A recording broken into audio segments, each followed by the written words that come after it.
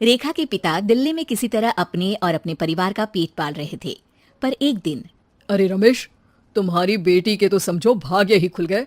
वकील लड़के का रिश्ता आया है। अरे वाह, कब करना चाहते हैं शादी? वो लोग तो जल्द से जल्द ही करेंगे।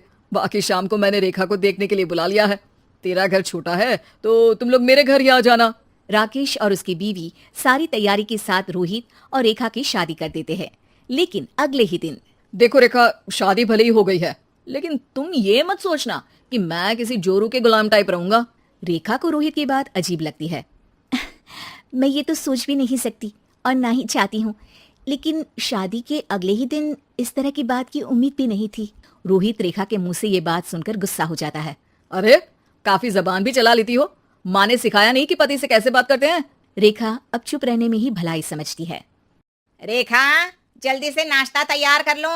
आज पहला दिन है, सारे काम तुम्हें समझा दूंगी। ये नौकरानी है जो तुम्हें बता देगी कि कैसे कैसे क्या करना है। फिर इसकी कल से छुट्टी है। रेखा भी ससुराल में जी जान लगाकर काम करने लगती है। खाली समय मिलता तो पति के वकालत की किताब उठाकर पढ़ने लगती। ये क्या, जब देखो तब पढ़ती रहती है। अच्छा सुन, कल पिता के घर से 20,000 रुपए लेकर आना। मेरे छोटे बेटे की फीस भरनी है। लेकिन पापा क्यों भरेंगे उसकी फीस? अरे वाह जी वाह, पापा क्यों भरेंगे? तो ये बता, हम क्यों रखेंगे तुझे यहाँ? क्यों खाना देंगे फ्री में? अरे, क्योंकि मैं बहू हूँ इस घर की। तभी वहाँ रोहित आ जाता है। अरे वाह, बड़ी जबान चला रही हो। चुपचाप माँ जो कह रही है वैसा कर, वरना सामान उठा और जा अपनी झोपड़ी में। बेचारी रेखा क्या करती, पिता के घर जाती है, उनको सारा हाल बताती है। पिता भी जैसे तैसे पैसों का इंतजाम कर बेटी को ससुराल के लिए विदा करते हैं। देखा, अब कहाँ से आए पैसे? अरे बहुत माल है तुम लोगों के पास, बस सीधी उंगली से निकालते नहीं। नहीं नहीं माँ, पापा ने अपनी मोटरसाइकिल बेचकर पैसों का इंतजाम किया है। पता नहीं अब वो ऑफिस कैसे जाएंगे। अरे वाह भाई, ये भी हम सोचे। खैर, जैसे तैसे दिन बीतते हैं। रेखा जहाँ एक प्यारे से बेटे की माँ बनती है, तो वहीं उसका वकालत की किताब में ज्ञान और गहराता जाता है। हे भगवान, बुरे फंसे। ये केस तो लगता है कि मैं हार ही जाऊंगा। देखिए, मैंने आपकी इस केस की फाइल पढ़ी थी। इस केस को जीतना बहुत ही आसान है। वाह भाई वाह, यहाँ वकालत की डिग्री लेकर भी मैं समझ नहीं पा रहा हूँ, और तुमने रोटी बनाते बनाते ही केस समझ लिया। अरे जाओ जाओ, जाकर मुन्ने को संभालो। केस मैं संभालूंगा। ए लड़की सुन, जाकर अपने बाप के यहाँ से 3 लाख लेकर आ। पूरा घर फिर से बनाना है। छोटे की शादी करूंगी तो छोटी बहू को कहाँ रखूंगी? पूरा घर तो तूने घेर रखा है। ऐसा मत बोलिए माँ जी, पापा इतना पैसा कहाँ से लाएंगे? अब तो वो रिटायर भी हो गए हैं। हाँ, तभी तो बोल रही हूँ, रिटायरमेंट के पैसे तो मिले होंगे ना।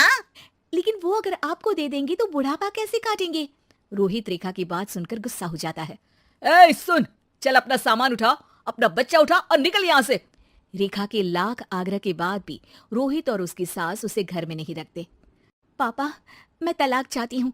बेटा, मेरे पास वकील के पैसे नहीं है। पापा, आप मुझे वकालत करवा दीजिए, अपना केस मैं खुद लड़ूंगी।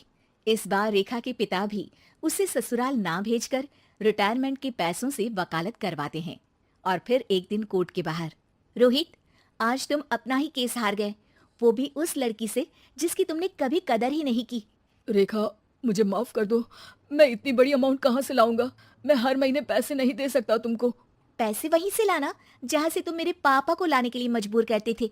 एक पिता अपनी बेटी की शादी उसकी खुशहाली के लिए करता है, ना कि सारी जिंदगी कर्जदार बनने के लिए। अरे, मेरे ही बेटे की किताब पढ़ पढ़कर ज्ञान बांट रही हो।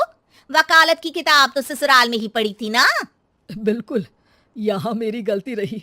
जिस पैसे से मैंने इसकी शादी की थी, मुझे वो पैसे पहले इसकी पढ़ाई में लगाना चाहिए था। और आज रेखा एक जानी मानी वकील के रूप में काम कर रही है।